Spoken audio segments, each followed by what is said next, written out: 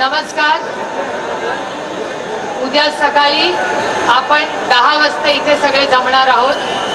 आधी दादा यात्रा काढणार गावातून. बरं, मग आपण 10 वाजता इथे सगळे जमूया. दादांना दादा पण आपल्याबरोबर 10 वाजता इथे येतील आणि 11 वाजता हा अंतविधी 11 वाजता उद्या आहे. तर 10 वाजता आपण सगळे इथे जमूया.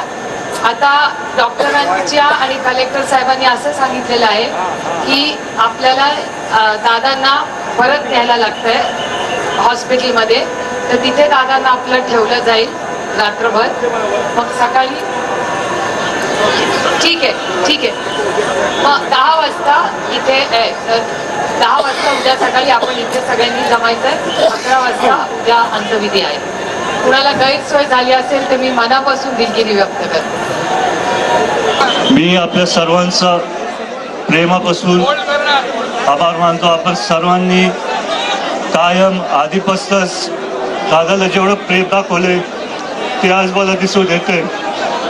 आणि दादा आपल्या सर्वांच्या मनात आणि हृदयामध्ये आहेत आणि आपल्याला त्यांच्यासाठी भविष्यात जसं ते आजपर्यंत लढत आले तसं लढायचं. उद्या सकाळी 11 वाजता तुम्ही सर्व इथे या आणि आपण पुढचं कसं. उद्या आपण सगळे इथं 10 वाजता जमणार आहे. विनंती करतो सगळ्यांना आता आपण सगळे प्लीज आता शांत थांबा. जरा नीट शिस्तीत पद्धतीने बाहेर एक्झिट मारा.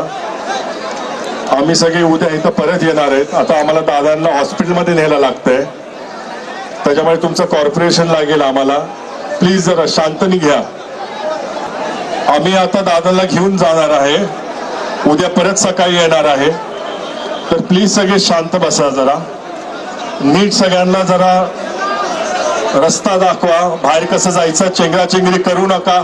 खूप इथं लोक एकमेकांना ढकलतात आहेत. महिलांची काळजी घ्या, महिलांना ढकलू नका प्लीज.